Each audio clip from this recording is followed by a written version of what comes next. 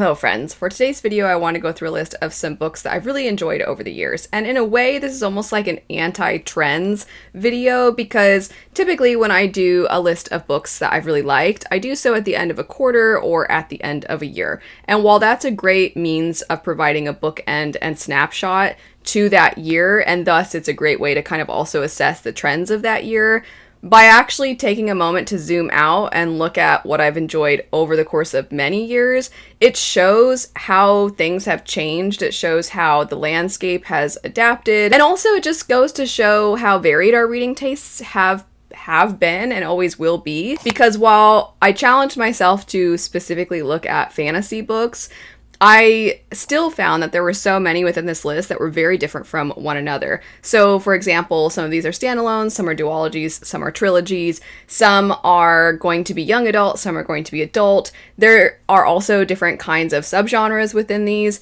And I just think it goes to show how much, one, fantasy can really do so many different kinds of stories and represent so many different kinds of characters. But on top of that, I just don't feel I get the chance to chit-chat about a random list of books I really liked very often, and so I wanted to do that, but I also wanted to ask a question, because you'll see what I'm talking about in just a moment about how different these books are from one another. I would love to know for all of you, you can mention 2 books that are very different from each other but fall within the same genre that you really love. So for example, if you want to mention a grimdark book and then a cozy fantasy book, something like that, where you feel like even though they both would fall under fantasy, they really represent 2 things that you like despite being different from each other. And you don't just have to stick to fantasy like I'm doing. If you want to mention other genres, that would be great too. And I'll try to go through and see some of your tastes because I think it's a fun way to get to know all of you, but then also maybe I'll try to get some recommendations as well. Officially jumping into it though, I'm going to start with some that are oldies but goodies at this point, which is sad to think about because when these came out, they were extremely popular, and in my head it wasn't that long ago, but it was longer ago than I realized. So we have the Six of Crows duology, and then we have Strange the Dreamer and Muse of Nightmares. I'll go ahead and start with Six of Crows. We're kicking things off with not only duologies, but YA/new adult duologies. I'm actually craving a reread of these just because I kind of miss these characters, especially after the adaptation got canceled. I want to go back and revisit their stories, revisit the plot that kind of carries us through, because I know for myself, when I first picked up Six of Crows, I had a certain impression in my mind of what I was getting into because it was already popular when I went into it. And then it wasn't exactly what I expected. And then I actually went back and reread, and I was like, oh, okay, now that I've accepted what this book is, I'm really liking it, because I had heard it was this heist story, and in my head, heist stories were these high-stakes, fun, fast-paced types of books. But then in this story's case, it was almost the opposite of that. It's not particularly fast-paced, in my opinion. There are high stakes, but they're also very personal things, and the fact that we have 6 different perspectives over the course of the duology, and we get to know these characters so well, and we get to see not only their personalities, but their motivations, their backstories, their trauma, and we see them having to take all of that while also interacting with each other and also interacting with this heist plotline. I just had such a great time with it, and I am somebody who is a really character-driven reader. I really appreciate the story for all of that, and I also feel like in the current space of fantasy right now, where it feels like either we lean in extremely heavily to the romance, which isn't a bad thing, it's just that's what's popular right now.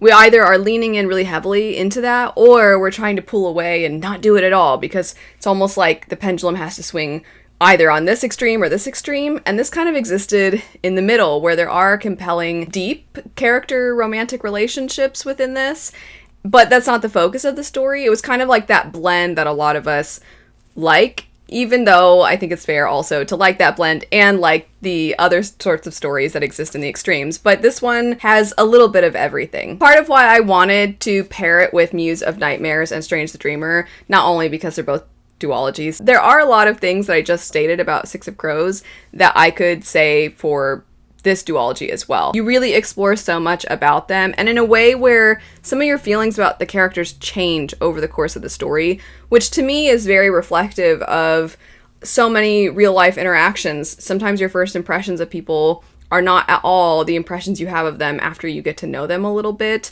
And this story, I think, does a fantastic job of that. Typically, I think these days we see this very commonly in something like enemies to lovers when we're utilizing that trope, but getting to see just so many different types of characters through this lens, I think, is wonderful, and it's a little bit lacking currently. So for example, there's a character who is semi-antagonistic, I'll say, within this duology, and I remember after reading the first one thinking, I am never gonna like this character, and then in a single book after, meaning the second book, Muse of Nightmares, I felt like, oh, I see this character very differently now. And it's one of those books, I think both of these actually, Six of Crows and Strange the Dreamer, I think both of these duologies do a great job of reminding you that people can have such different experiences in life, and you never know what somebody has gone through, so it's best to always kind of have that as a reminder. But as far as the story and plot for Strange the Dreamer and Muse of Nightmares, if you've never checked it out before, I won't say too much because I think going in without knowing all that much is actually the best way to go. So you follow this young man who lives in a society that believes there is this certain place that is fictional, but he believes it is real, and he is extremely obsessed with this place, and he has the opportunity to discover if it is in fact real or not. I also just loved this main character. He is extremely rootable, extremely likable, he's kind, he is caring, he's empathetic, so I really enjoyed him as our protagonist. But like I said, I enjoyed the exploration of all of the characters throughout this duology. Switching now to an adult fantasy trilogy, we have City of Brass, or the David trilogy. So somewhat similar to what I was saying about Six of Crows. Reread the first one, then flew through books 2 and 3, and I was like, man, I can't believe I went so long without finishing the series because it is phenomenal. And I do think that the first book, while I enjoyed it, I do think the series gets better and better as it goes because the world building in this is fantastic. It plays such a role in the current events that our characters are experiencing. And also for some characters, because they do, for some of the characters in the story, live for a long time, some of the events of the past are very much at the forefront of their minds because it's almost like it hasn't really left them.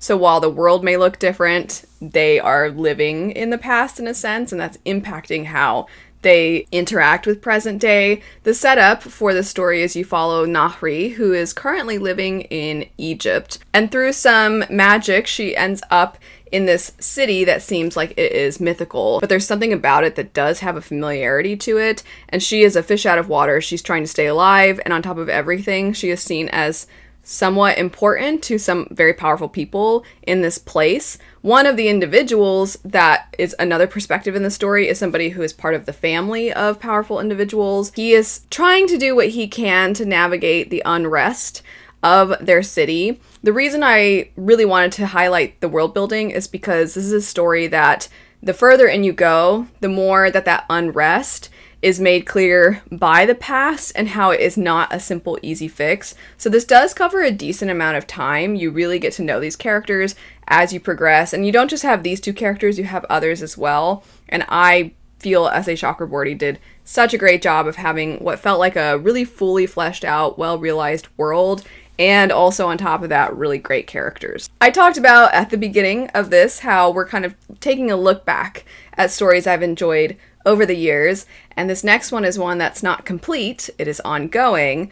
I discovered it years ago, and I have continued to love it, and I may have or may not have been bringing it up a lot recently, and that would be Hat Atelier. I could go on and on and on about how fantastic this story is. It has established itself as my favorite ongoing fantasy series, and I know the impression it gives when you first get into it. And if you check out the anime and you watch the first season, I don't even necessarily think the first season negates this impression. So what that first impression is a story that is going to be kind of cozy. You have found family, there's some intrigue in there, and that's the story. And in actuality, this is one of the best things I have ever encountered when it comes to moral complexities in societies and how there are no easy answers, but you can recognize when something is wrong. You just don't know the right path to take to try and remedy all of the issues? How do you provide a balm to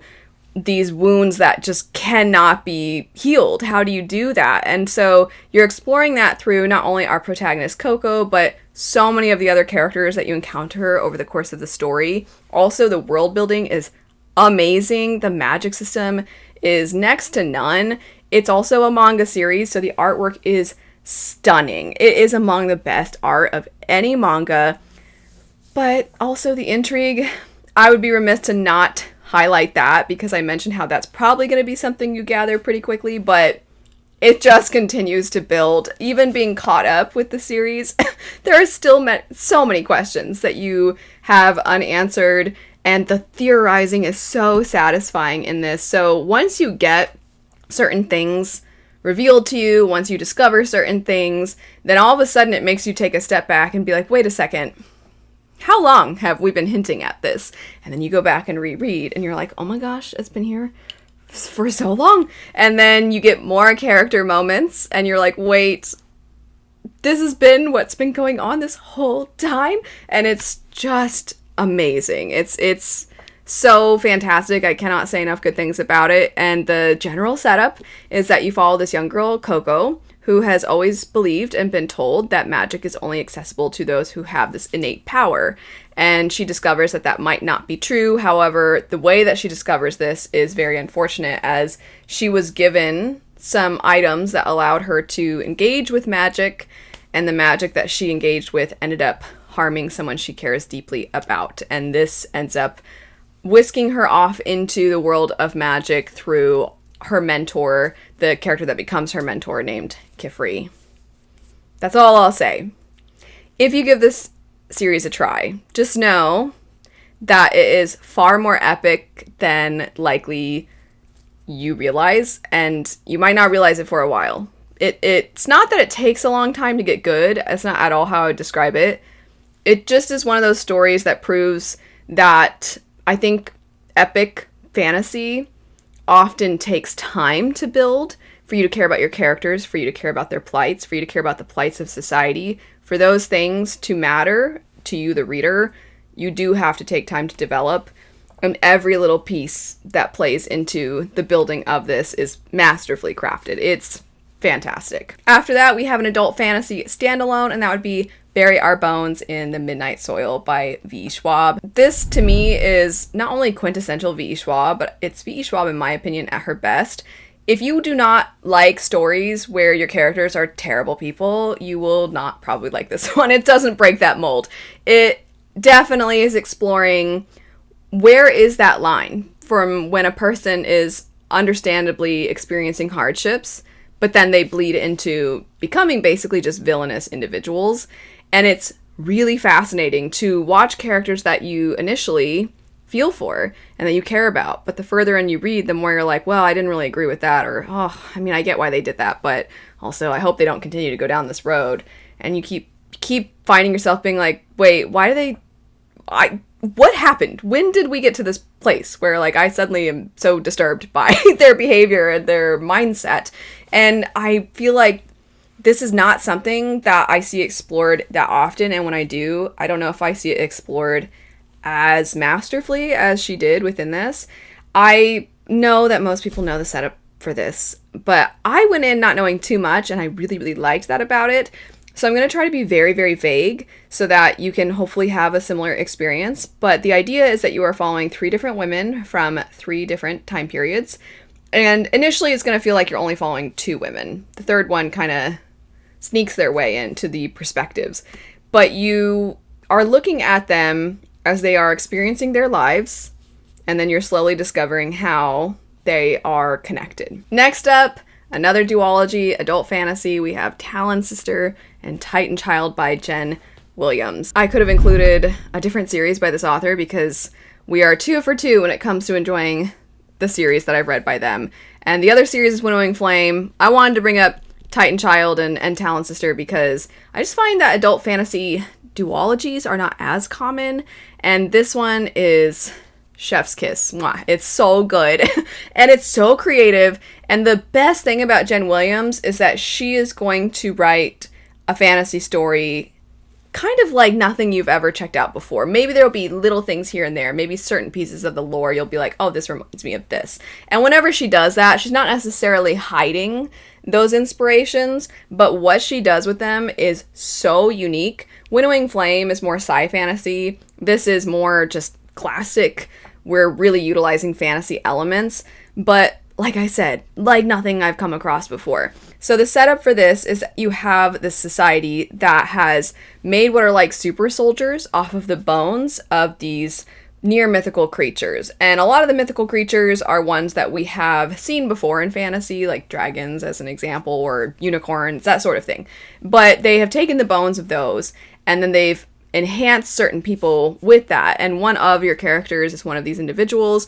Another character is somebody who is looking for more Titan bones. That's what the creatures are referred to as a whole, are Titans. So they are looking for more Titan bones. You have another character who is kind of like a druid who is doing everything they can to protect this forest. And you can kind of already gather based off of, well, this character wants certain resources that lead to more enhanced soldiers.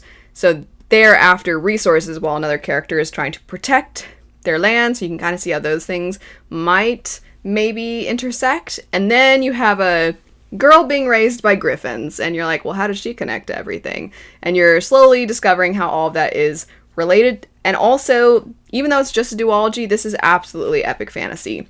Huge stakes for not just our characters, but for all of society, all of their empire. It's fantastic. Can't say enough good things. And then last for today, returning to YA, we have the Shadow of the Fox trilogy. I reread this not that long ago, and I was just reminded of how delightful and fun this series is.